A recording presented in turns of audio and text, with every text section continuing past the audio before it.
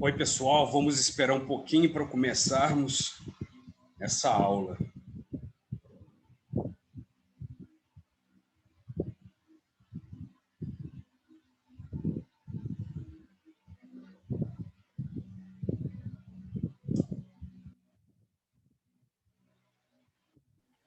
Bom dia, Raimundo. Oi, Matheus, tudo bom? Bom demais. E E você? esse cabelo novo aí, muito estiloso, né? Tá diferente agora? Tá cacheadinho. Nossa, ficou muito bacana. Ficou da hora. Nossa, ficou bom. E essa Nike aí atrás, você é apaixonado mesmo pela Nike, né? Eu sou. Tô usando short. Não, eu tô usando short na Nike nesse momento. Tudo da Nike, aham. Ué, você tem que ser patrocinado pela Nike, já que você faz propaganda, né? Vou conseguir isso um dia. Ué, como atleta exclusivo, né, da Nike. Lógico. Bacana. Você está com um estúdio aí interessante aí na sua casa. Uhum. Legal. E pessoal, bem-vindos.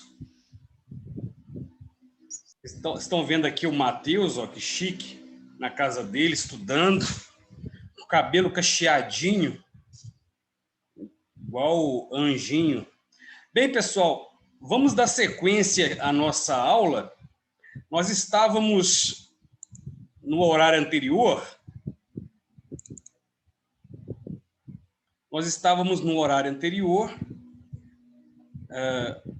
Falando sobre a matéria e eu fiz alguns comentários. Agora vamos dar sequência.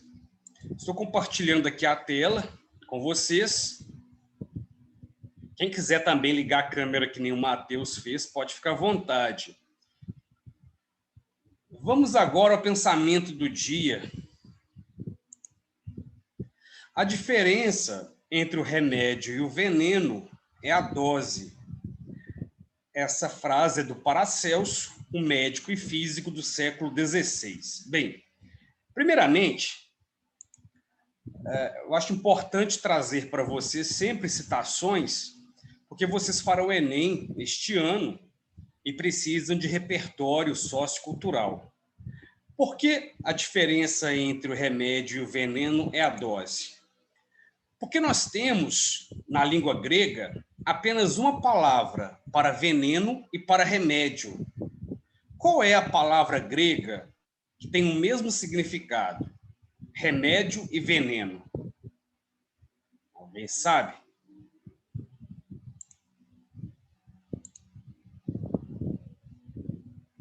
Existe uma única palavra no grego para remédio e para veneno.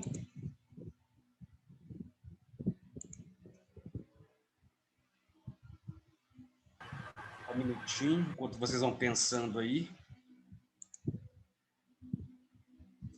Gente, a palavra é fármaco. É panaceia? Você falou panaceia, ô Vitor? Isso. Não. Panaceia, na verdade, é um termo que a gente usa para se referir a uma solução para todos os problemas, né? Seria uma panaceia. Panaceia mais usado como uma espécie de figura de linguagem. Por exemplo, você está o candidato prometeu uma panaceia para resolver as questões de saúde pública, de educação, etc. Né? A palavra, na verdade, que os gregos tinham é fármakon, né? Fármakon com PH e K, fármakon. A palavra fármakon é traduzida como fármaco, né, para o português. E por que a palavra fármaco indica tanto remédio quanto veneno? Porque nós podemos traduzir fármaco como droga, né? E o que é uma drogaria? É um lugar onde você compra droga. E existe ainda a droga, que pessoas, né, com, digamos assim, tem algum vício e tal, utilizam. Então, na verdade, a droga em si não é algo prejudicial. O que é prejudicial é a quantidade. Então, um determinado remédio é uma droga feita com uma substância tirada, suponhamos, da maconha. Mas essa substância em excesso, né, consumida, torna-se prejudicial. Então, essa frase pode ser usada para todos os sentidos. Por exemplo, uma certa rigidez dos pais em relação aos filhos pode ser um remédio para alguma dificuldade de aprendizado, desinteresse. Agora, uma rigidez excessiva é prejudicial, né? Por exemplo, também a fé, por exemplo, né? A fé, a religiosidade é um remédio. Agora, o fanatismo, que é o excesso, prejudicial. Então, sempre aquilo que é excesso vai indicar um prejuízo, vai indicar algo negativo de uma substância ou de uma situação que, em tese, não é em si negativa, né? Então, é preciso tomar muito cuidado. Por exemplo, o estudo. O estudo é um remédio. Agora, o estudo excessivo, a pessoa que estuda de manhã, de tarde, de noite, sem parar, ela vai chegar um momento em que vai ficar em estafa, né? Então, é preciso dosar para que o remédio não se torne um veneno, não é? Então, essa frase do Paracelso é interessante porque sai do campo da medicina e pode ser utilizada para pensarmos diversas situações do nosso cotidiano. Vamos dar sequência, então? Bem, o que nós estudamos no terceiro ano? Vamos, então, por partes, como diria Jack, o Estripador. Um primeiro tópico importante para pensarmos o terceiro ano, em relação à gramática, é que nós não estudaremos as classes de palavras, né? É preciso entender que nós temos vários níveis de análise e esses níveis de análise são utilizados em diferentes anos escolares. Um primeiro nível de análise é o fonético. Por exemplo, o professor explicou o conteúdo aos alunos. A palavra professor, como eu faço uma análise fonética dessa palavra? O que é uma análise fonética? É uma análise ligada ao som. Daí a palavra fone, de ouvido, né? Então, se eu for analisar foneticamente a palavra professor, eu vou dizer que é uma palavra trissílaba, ou seja, formada por 3 sílabas, oxítona, porque a última sílaba é a tônica, professor, né? Ela possui um dígrafo. O que é um dígrafo? São 2 letras com um único som, o dígrafo SS, né? Ela tem um encontro consonantal, que é o quê? PR, né? 2 consoantes juntas. Essa é uma análise fonética da palavra professor. Eu posso fazer uma análise morfológica, que é o que nós fazemos no segundo ano. O que é uma análise morfológica? Vem de 2 radicais gregos, morfo, forma, e logos, conhecimento. Daí, quando você assiste a um desenho de Power Rangers, né, é hora de morfar, ou seja, é hora de adquirir forma. Então, a morfologia é o estudo da forma das palavras. Então, eu vou estudar uma palavra, por exemplo, professor é o quê? É um substantivo. Mas é um substantivo próprio? Não, é comum. É composto? Não, é simples. É abstrato? Não, é concreto. Então, você classifica a palavra de acordo com a sua classe de palavras. É o que nós estudamos no segundo ano. Outra forma de analisar é sintaticamente. O que é uma análise sintática? É analisar o que aquela palavra representa dentro de uma oração. Se ela é um sujeito simples ou composto, se ela é um adjunto adnominal, complemento nominal, né? Se ela é um predicativo do sujeito, etc. E o semântico é ligado ao sentido. O que é um professor? Aquele que ensina, né? Um mestre. Hoje não se tem mais essa visão de professor. O professor é visto mais hoje como mediador. E dessas 4 possibilidades de análise, qual delas é a que nós estudamos no terceiro ano? É a terceira, é a análise sintática. Isso significa que nós vamos estudar o quê? A sintaxe de período simples e a de período composto. Primeiramente, então, nós vamos estudar as palavras não isoladamente, mas como fazendo parte de um período, seja ele simples ou composto. O que é um período simples, para retomarmos? É quando possui apenas um verbo ou locução verbal. Por exemplo, os cavaleiros aprenderam uma importante lição. Bem, eu tenho aqui apenas um período. É um período simples. Aliás, porque ele possui apenas um verbo, né? Agora, nós podemos ter um período composto, aquele que apresenta 2 ou mais verbos. Primeiro, como eu sei onde começa e onde termina um período? Ele começa com a letra maiúscula de uma palavra ou um artigo e termina no ponto final. Desde o seu início até o ponto final, eu preciso contar quantos verbos tem. E então, neste caso aqui, o Dervis mostrou aos cavaleiros que ambos tinham razão. Eu termino com um ponto final.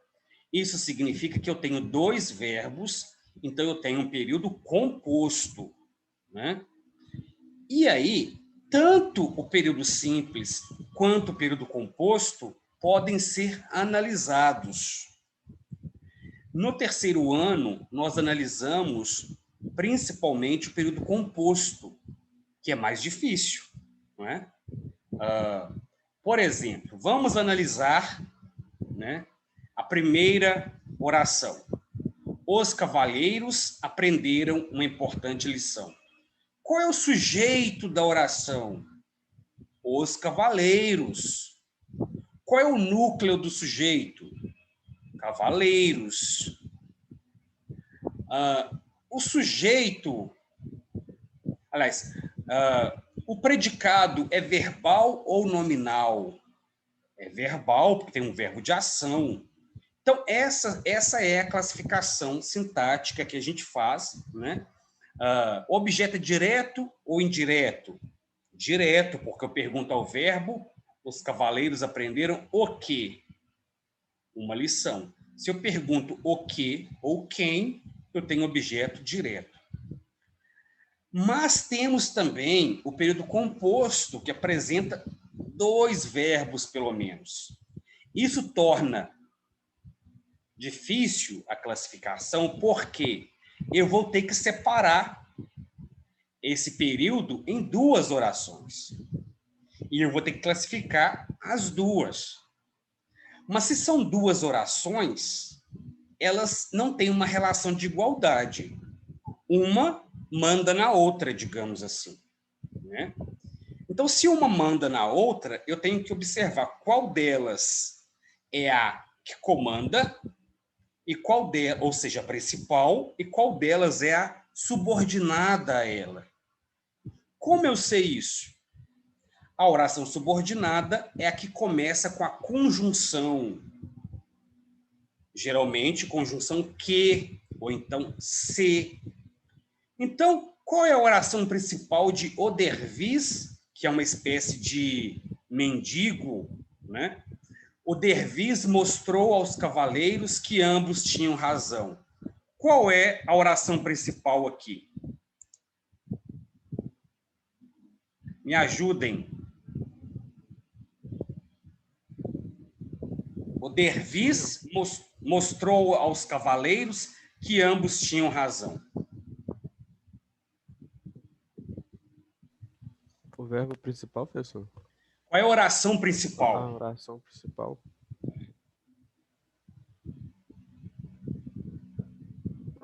Mostrou? Não, oração, Samuel. Isso, o verbo principal é mostrou, isso. Mas qual é a oração principal? O Dervis mostrou aos cavaleiros que aos Isso. cavaleiros. O Dervis mostrou aos cavaleiros. Essa é a oração principal. Por que eu sei que ela é a oração principal? Porque depois dela nós temos o que é conjunção. Esse que significa que dali para frente é a oração secundária ou subordinada. Então, o Dervis mostrou aos cavaleiros o quê? Que ambos tinham razão. Que ambos tinham razão será o quê? Uma oração subordinada, substantiva, objetiva, direta. Então, é uma classificação complexa que nós fazemos. Mas, gente, essa é a base do segundo ano, a do terceiro ano. A matéria de português do terceiro ano, ela é complexa, mas é curta.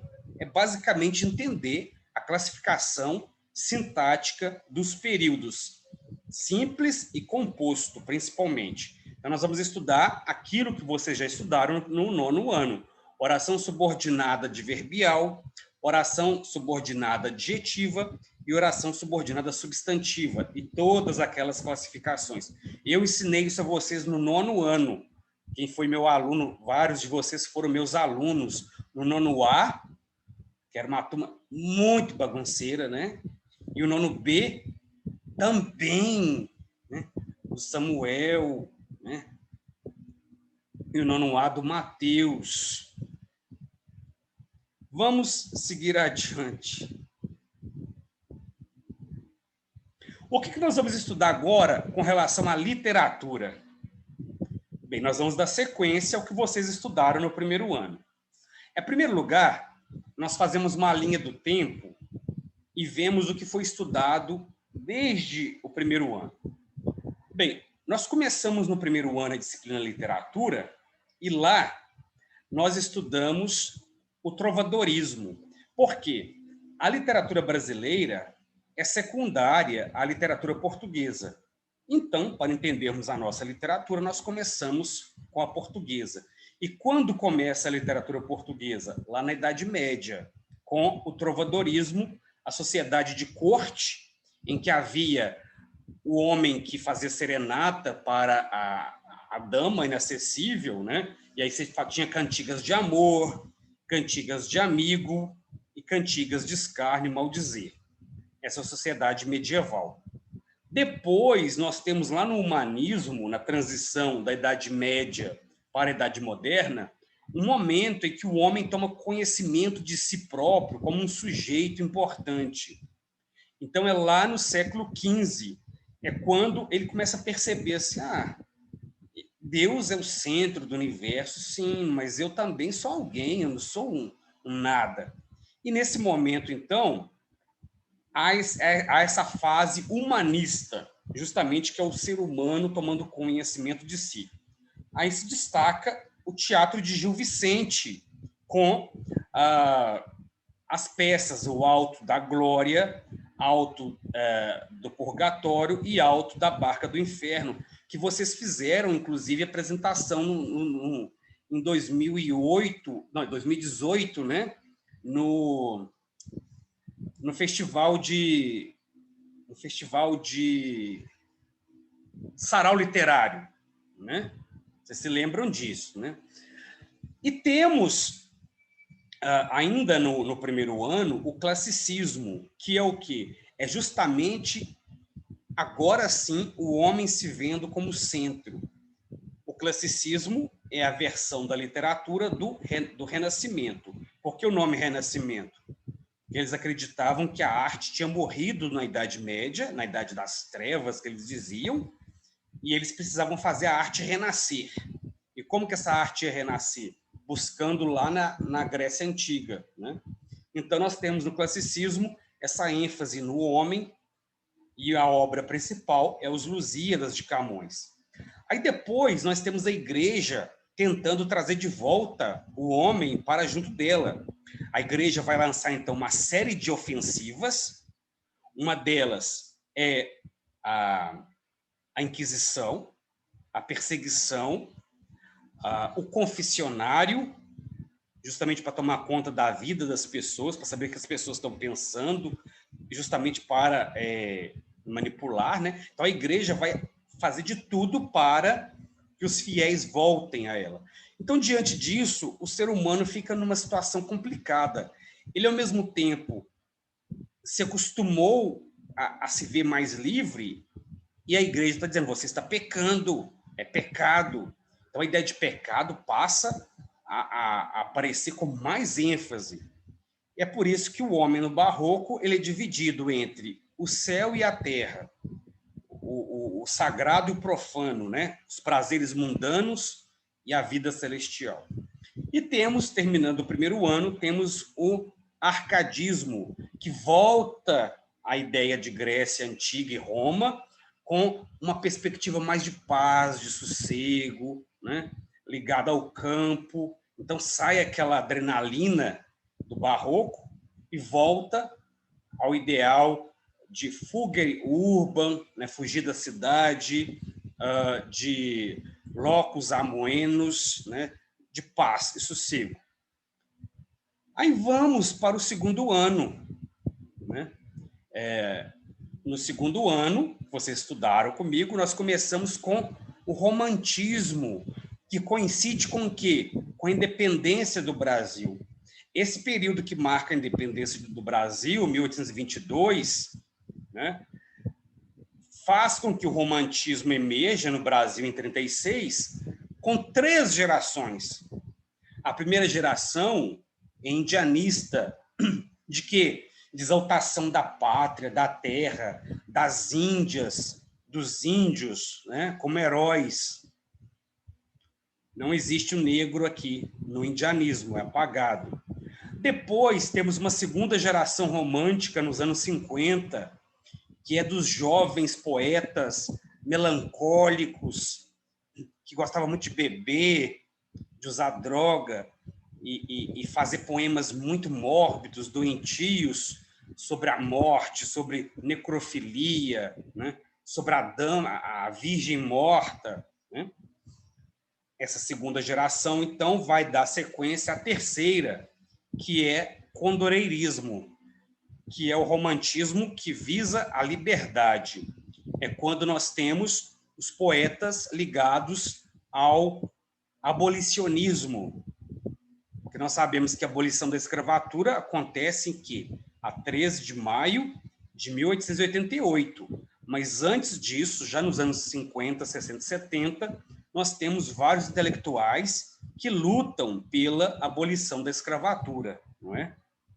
E eu falei com vocês, o Brasil foi o último país no mundo inteiro a abolir a escravatura, não é? Até então, foi um escândalo o Brasil ter ficado tanto tempo, né? Mas por pressões políticas estrangeiras houve a abolição. Então nós temos essas 3 gerações do romantismo, que se caracteriza por quê? Pela subjetividade, pela emoção, né? E temos logo depois o quê? O realismo. O realismo vai se contrapor ao romantismo. Sempre na literatura, um movimento critica o anterior.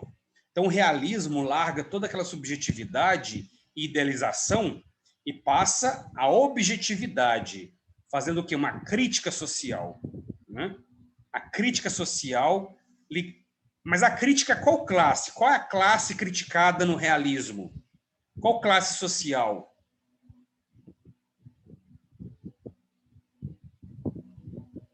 Vocês não se lembram? O realismo critica uma classe social específica. Qual delas?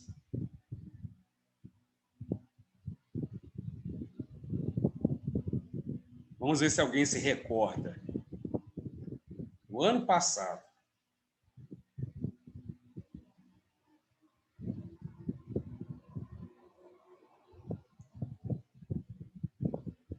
Ninguém lembra?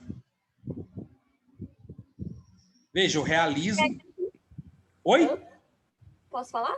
Pode. O realismo critica a burguesia. Isso mesmo, Clarice, muito bem. Alguém disse que esqueceu tudo. Gente, não pode esquecer, não.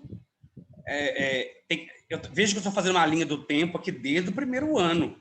Então, o realismo critica a burguesia, que é uma classe ascendente, né? Uma classe que estava em alta, mas era uma classe cheia de problemas, porque os casamentos eram feitos por quê? O que motivava os casamentos na burguesia? Era o amor? Era o dinheiro. Era o quê? Vitor? Dinheiro. Dinheiro, muito bem, é isso mesmo, dinheiro. Os relacionamentos eram feitos por interesse. E é claro que a literatura vai criticar isso. Mas aí, dentro do realismo, nós temos uma outra vertente, que é o naturalismo. O naturalismo critica uma outra classe, não é a classe burguesa. Porque cada classe social, nós estamos numa época de darwinismo social. Então, as classes são separadas, é como se fossem espécies diferentes, né? Então, cada qual com as suas características. Então, o negro tinha as características dele, o branco tinha as suas características, o pobre tinha as características, o rico as suas características, todas negativas. Qual é, então, a classe focada, na qual o naturalismo foca? Quem se lembra?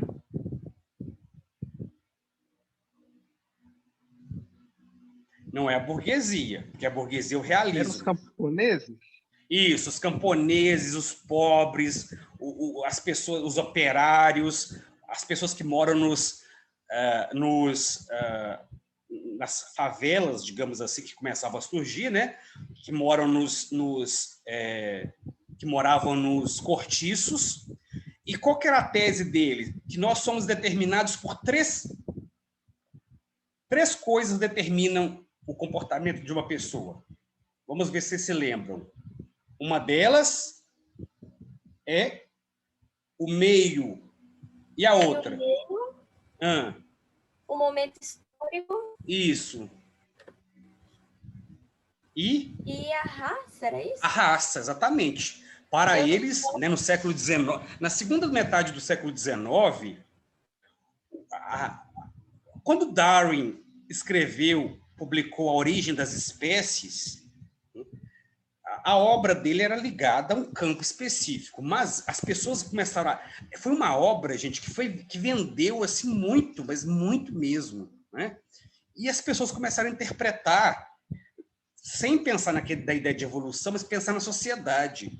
E aí surgiu o darwinismo social, né?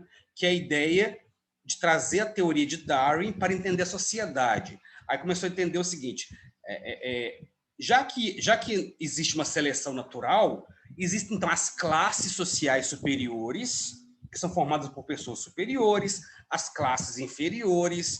Por isso que a gente surge aquele termo, classe alta, classe baixa, tudo ligado à ideia de valor.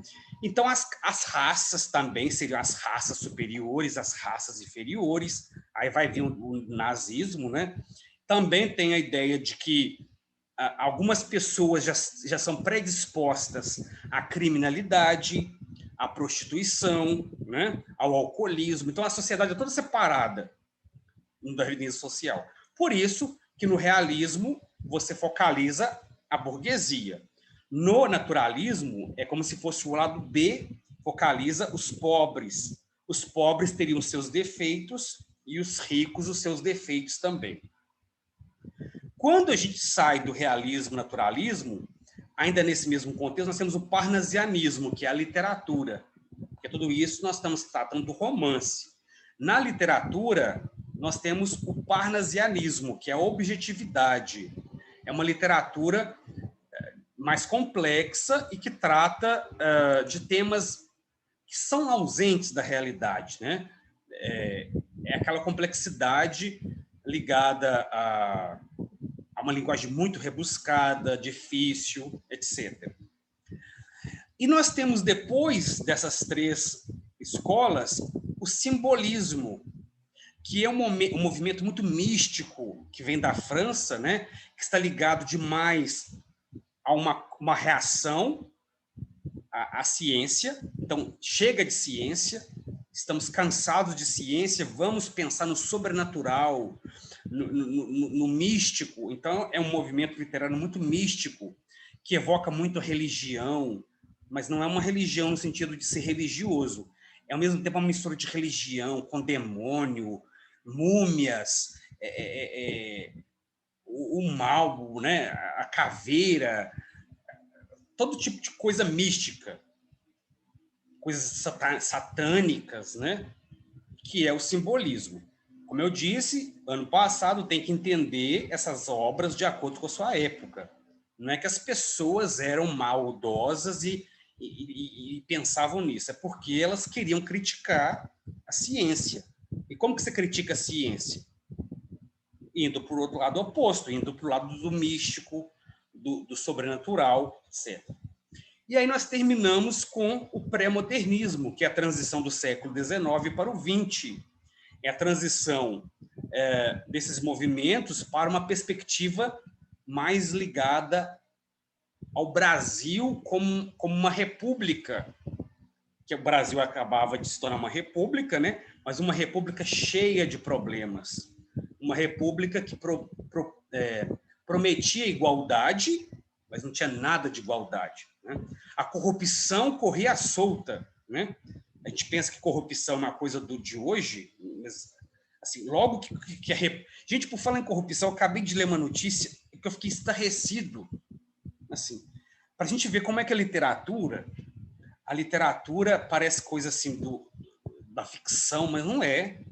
Inclusive, parece inclusive que a literatura está ficando para trás, a realidade está mais criativa e mais imprevisível do que a própria arte hoje em dia, né? Acabei de ler no noticiário que aquela mulher Flor de Lis, a deputada que teria mandado matar o marido, né? Que tinha 55 filhos, inclusive o marido era filho dela, depois virou marido dela, e ficava com as filhas, e ela ficava com os filhos também, né? Não sei se vocês acompanham esse caso. Ela agora se tornou uma espécie de representante da questão da mulher e da família. Assim, a realidade parece uma ficção mesmo, né? Então, é a república, porque a república, diferentemente da monarquia, a república, no caso brasileiro, ela se baseia muito na coalizão. É conchavos mesmo, tem que fazer conchavo, porque os três poderes, em tese, são independentes, mas na verdade não são, eles dependem um do outro. E já que é assim, eles precisam ficar o quê? Criando pactos, né? Para que um proteja o outro, em vez de serem independentes no sentido de autônomos, né? E aí você tem essas questões de compra de votos, de maracutaias, porque você precisa ter o quê? Você precisa ter aliados, né? E esses aliados, esses alinhamentos, acabam sobressaindo a própria população. Então, os interesses da população ficam largados ao léu em prol dessas tentativas deles de estabelecer esses pactos, né? Então, nós entramos nessa república complicada e vamos para o terceiro ano. O que nós vamos estudar no terceiro ano, então? As três gerações modernistas. Primeira geração é uma geração criativa e rebelde, né? A segunda geração é uma geração mais pé no chão, é uma geração regionalista, ligada muito a questões sociais.